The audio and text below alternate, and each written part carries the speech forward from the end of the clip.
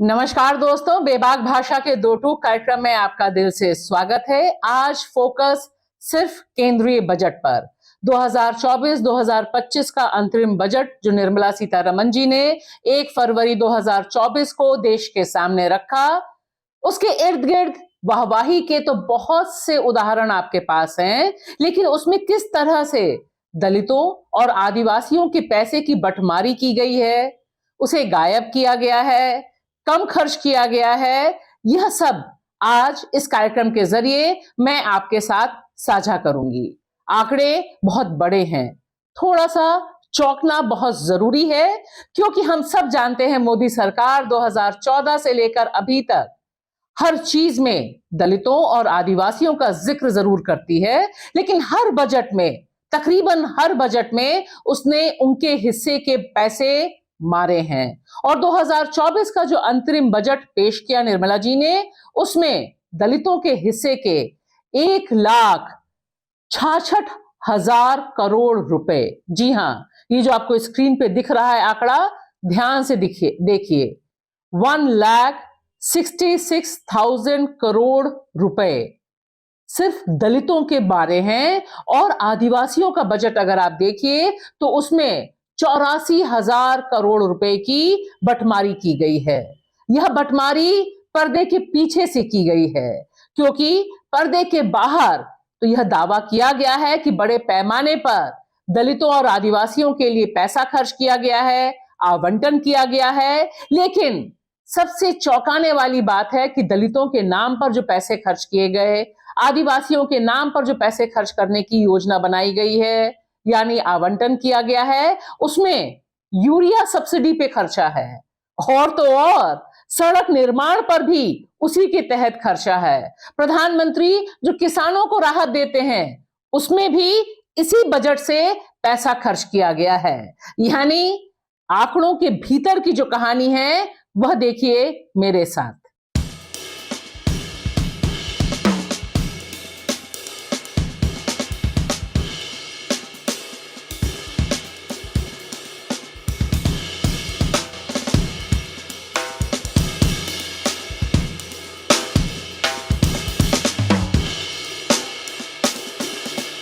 हमारे सामने, देश और दुनिया के सामने मोदी जी ने यह जो चोरी की है, मोदी जी सरकार ने जो चोरी की है, इन आंकड़ों को बहुत अच्छे से हमारे सामने पेश किया।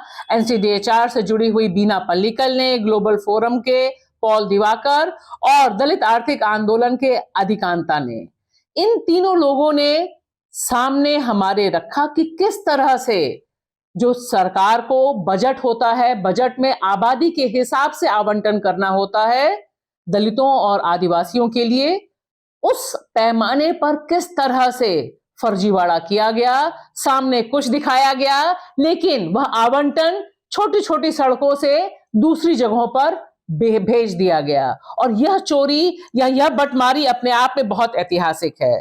थोड़ा सा आंकड़ा मेरे साथ देखिए। दलितों की आबादी के हिसाब से बजट में 16.8 यानी 16.8% दलितों के लिए आरक्षण होना चाहिए, बजट का आवंटन आरक्षित माना जाना चाहिए, ऐसे निर्देश हैं, ऐसे इंस्ट्रक्शंस हैं। आदिवासी की आबादी के हिसाब से 11.5% होना चाहिए। जितनी योजनाएं हैं वो टारगेट होनी चाहिए आदिवासियों के विकास के लिए, कल्याण के लिए, शिक्षा और स्वास्थ्य के लिए। लेकिन देखिए, ये जो 16.8 है दलितों के लिए जितना आवंटित होना चाहिए था, उसमें से कितना परसेंट डायरेक्ट बेनिफिट यानी सीधे सीधे जो दलितों को फायदा पहुंचाने वाली योजनाएं हैं, अगर उसका हिसाब कीजिए तो महज 3.1। जी हां, कहां 16.8 की बात है, लेकिन जो सीधा सीधा फायदा पहुंचाने वाली योजनाएं हैं उनके तहत निर्मला सीतारमण जी ने जो आवंटन किया है वह सिर्फ 3.1 है। इसी तरह से आदिवासियों के मामले में 11.5, लेकिन अगर डायरेक्ट बेनिफिट वाली स्कीम्स का आप मूल्यांकन कीजिए तो ठहरता है 2.5%। अब आप सोचिए कितना परसेंट की बंटवारी है। दलितों के हक की 13.7% की बंटवारी की मोदी सरकार ने। इसी तरह से आदिवासियों के लिए 9% का जो उनका अधिकार बनता था, आर्थिक अधिकार, उसमें बंटवारी की गई। लेकिन यह सब क्योंकि पर्दे के पीछे से चल रहा है और इस पर बहुत पैनी निगाह बनाए बिना यह चोरी, यह बंटवारी, या यूं कहिए कि उनके हिस्से को हड़प कर दूसरी जगह खर्च करना हम और आप नहीं देख सकते, इसलिए इस पर चर्चा बहुत कम होती है।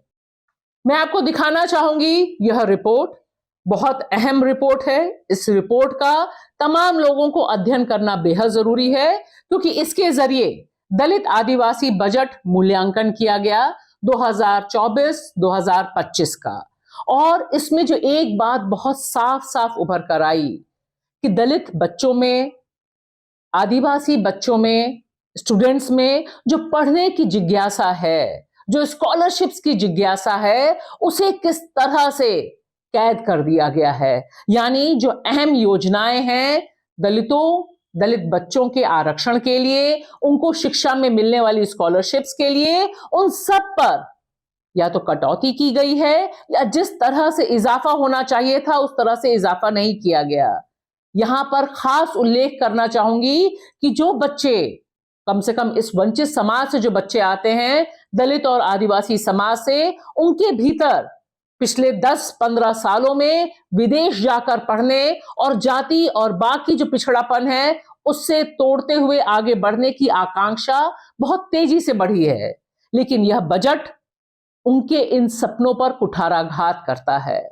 यहां पर इस मद में जो ओवरसीज आरक्षण के लिए बच्चों को मिलता है, जो रिजर्वेशन और स्कॉलरशिप मिलती है, उसमें बहुत ही कम वृद्धि की गई है, और अगर रियल टर्म्स में आप देखें तो कोई भी इजाफा नहीं किया गया उस बजट में। तो एक तरफ तो दलितों और आदिवासियों में अच्छी शिक्षा हासिल करना, शिक्षा के जरिए अपने जीवन स्तर में सुधार करना, यह सारे सपने हैं, लेकिन पोस्ट मैट्रिक स्कॉलरशिप से लेकर ओवरसीज स्कॉलरशिप यानी विदेश जाने वाली जो स्कॉलरशिप है, इन सब में इजाफा नहीं किया गया। यह एक बहुत बड़ा प्रश्न चिन्ह है। इसी तरह से एक और अहम फैक्टर बजट का है महिलाओं का, दलित और आदिवासी महिलाओं का, उनकी सुरक्षा को लेकर, क्योंकि जो आंकड़े हैं, जो सरकारी आंकड़े हैं, वह बता रहे हैं कि पहले की तुलना पर इन महिलाओं पर अत्याचार बढ़े हैं। 13% से अधिक अत्याचार पिछले 1 सालों में बढ़े हैं। यानी जिस तरह से रफ्तार बढ़ी है, और ये वो मामले हैं जहां पर एफआईआर दर्ज हुई है, पुलिस ने मामला दर्ज किया है, एनसीआरबी का डेटा है यह। लेकिन आप पाएंगे कि इस मद में, यानी आदिवासी और दलित महिला सुरक्षा के मद में बहुत ही कम खर्च किया गया है, जिसे लेकर गंभीर सवाल उठ रहे हैं और उठने भी चाहिए। महज 168 करोड़ रुपए। अब आप सोचिए कि सिर्फ इतने कम पैसे खर्च करके, जहां पर 13 से 14% इजाफा है हिंसा में, इस हिंसा पर कैसे रोक पाई जा सकती है, क्योंकि नीचे तक का जो नेटवर्क है वह तकरीबन गायब है। एक और अहम फैक्टर जिस पर ध्यान देना बहुत जरूरी है, हम सब देख रहे हैं कि पिछले 1 साल में हर तीसरे या चौथे दिन एक भारतीय नागरिक सीवर और सेप्टिक टैंक में अपनी जान गंवा रहा है।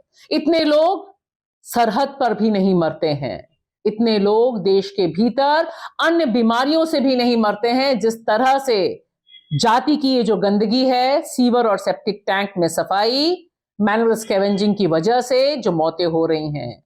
लेकिन गहरा दुख और क्षोभ इस बात पर होता है कि मोदी सरकार ने लगातार इस समाज के उत्थान के लिए, मुक्ति के लिए जो परियोजनाएं चल रही हैं, उसकी तरफ से पूरी तरह से आंखें बंद कर ली हैं, बजट जीरो कर दिया है। इस बार भी नमस्ते स्कीम की जिक्र है, नमस्ते स्कीम जो पिछले समय से चल रही है, और उसी में, क्योंकि नमस्ते जो स्कीम है वो मैकेनाइजेशन ऑफ सैनिटेशन है, यानी मशीन की जरिए साफ सफाई का पूरा कार्यक्रम है। इसमें जो लोग साफ सफाई करते हैं, करते हुए मारे जाते हैं, उनके बारे में जिक्र और आवंटन बहुत कम है।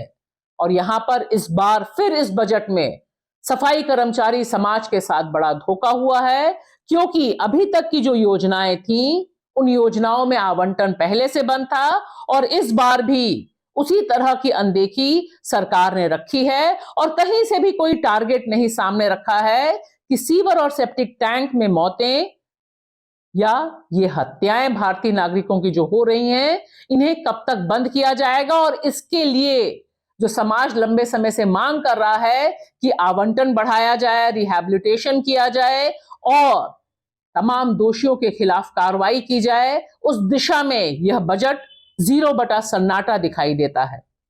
बजट का इस तरह का मूल्यांकन बहुत जरूरी है, क्योंकि समाज के इसी तबके पर बैंड करके सरकार और खास तौर से मोदी जी अपने प्रचार प्रसार और सबका साथ सबका विकास का ढोल पीट रहे हैं, विकसित भारत की यात्राएं चल रही हैं। लेकिन जब आप इस समाज के लिए आवंटन नहीं कर रहे, तब कहां से सबका साथ हो सकता है मोदी जी, और सबका विकास तो बहुत अच्छे से दिखाई दे रहा है। ऐसी तमाम खबरों को देखने के लिए, लाइक करने के लिए हमारे साथ रहिए। बेबाक भाषा को शेयर कीजिए, सब्सक्राइब कीजिए, ताकि सच आप तक बुलंदी से पहुंच सके। शुक्रिया।